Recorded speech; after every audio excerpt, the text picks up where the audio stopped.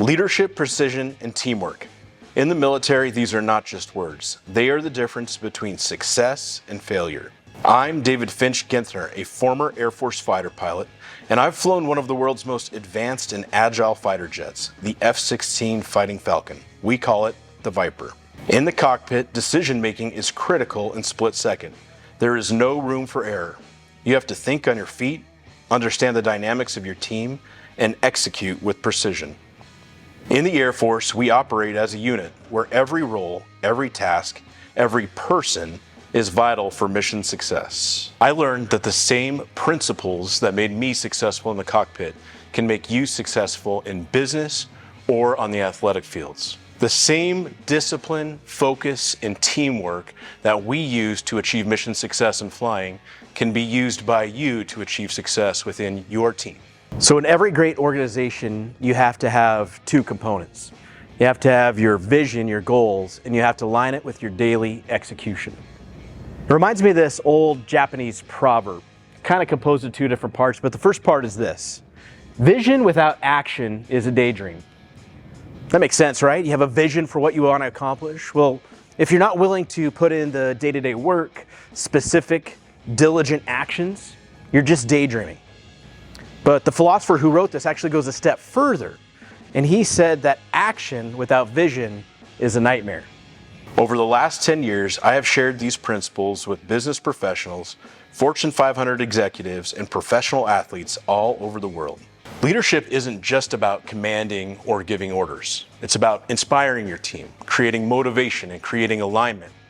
Just as in a fighter squadron, every member of your team possesses unique skills and abilities, and your job as a leader is figuring out how to harness those and use those to achieve your objectives.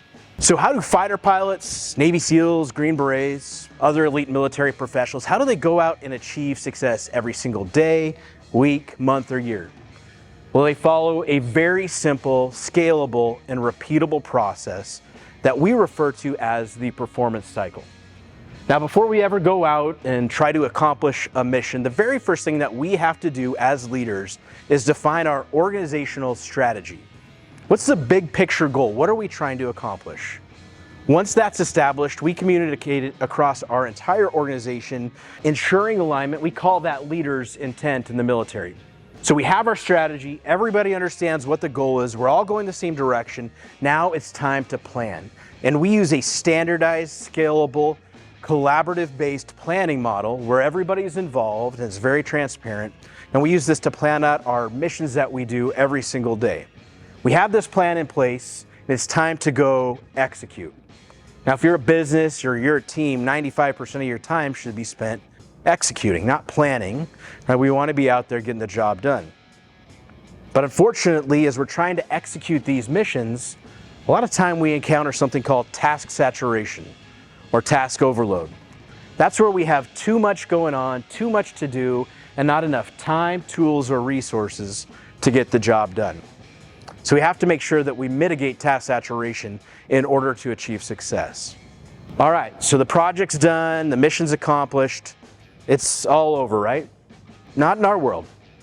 In our world, after every single flight, every time we strap into the jet, we walk back and we hold a debrief. The purpose of these debriefs are to talk about what we just experienced, what we saw, what went right, what didn't go right, and what are we going to do differently to make sure that we're better, faster, and stronger the next time that we go out and execute this mission. So once you complete your debrief, you see it's a cycle. It's repeatable. You do this cycle day in and day out. You do it over and over and over again. And every single time, your team achieves higher and higher levels of success. So when I was about 5 years old, I was diagnosed with a rare bone disorder. And the doctors told me and my parents that there was a chance that I would never walk again. Or if I did, maybe I'd be on crutches or never be able to run correctly or never be able to play sports. I was in traction for 6 months and I wore leg braces for a large portion of my childhood. Through that experience, I realized that the most important trait is mindset. Having a positive mindset that says I can achieve anything I set my mind to, as long as I keep working and keep striving towards those goals. I believe in the potential of every team to soar to new heights, to push the envelope, and accomplish extraordinary results. Let's fly higher together, bringing the lessons of the sky to the boardroom. Contact me to help your team reach new heights.